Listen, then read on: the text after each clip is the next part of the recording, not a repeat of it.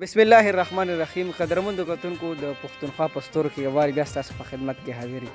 قدرمنو کتونکو د پی کې سټار په شیشه باندې تاسو دا وخت د الخدمت فاونډیشن ښېګړه چې کومه راغلې د غریبانانو دپاره، نو د جان افضل او د سولزی ګلونه چې کوم تنظیم دی د هغې په قیادت کې دا مونږ تقسیمو. تاسو راځئ مونږ سره.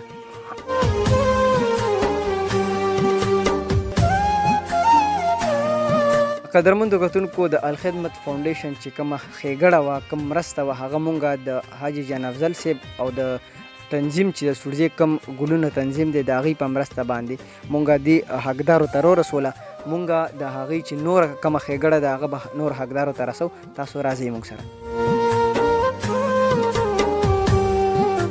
قدرمنو کتونکو د روژې مبارکه میاشت او په دې روژه کې د غریب انسان نه، د غریب نه دعاګانې اخیستل دا ډېر زیات ضروري دي. تاسو ډېره مهرباني چې ارام ښه کورم ودان اورې او ډېرې سختیانې هم چې تېرې کې پېښ شوې.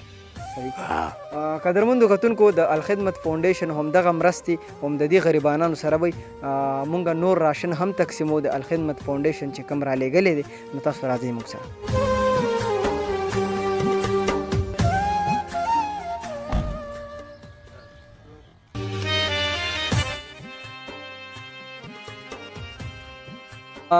بسم الله الرحمن الرحیم. قدرمنو کتونکو یو څو ورځې مخکې موږ دلته یو ویډیو کړی وه د سمین جان په وینا باندې چې هغې ویل زموږ حالات ډېر زیات خراب دي.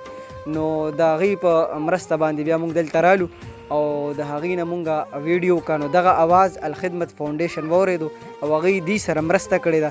بېشکه چې الخدمت فاونډیشن د غریب سره په مرسته کې ډېر زیاتې هڅې کوي. نو سمین جان له موږ راغلي یو او دغه راشن والا موږ راوړی دی.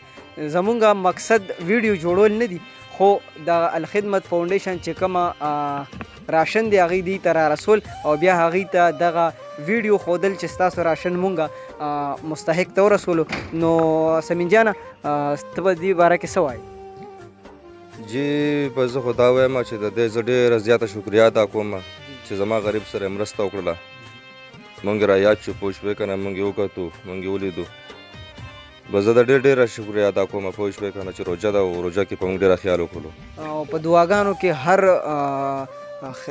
غریب یاد ساته، په دعاګانو کې هر هغه کس یاد ساته چې کوم تا سره مرسته کړې. ډېرې دعاګانې زه ټولو غریبانانو ته کوم چې ټولو د الله عمل شي، پوه شوې که نه. قدرمنو کتونکو دا ویډیو دومره شیر کوي چې الخدمت فاونډیشن ته ورسي او هغوی ته دا پته ولګي چې زمونږ کم مستحق خلک وو د راشن، هغوی ته هغه راشن ورسېدو. خپل کوربه صاحب جان په خپلو دعاګانو کې یاد ساتئ چې هر چېرته یې الله خوشحاله ساته. تل بریالي اوسئ. تل یې الله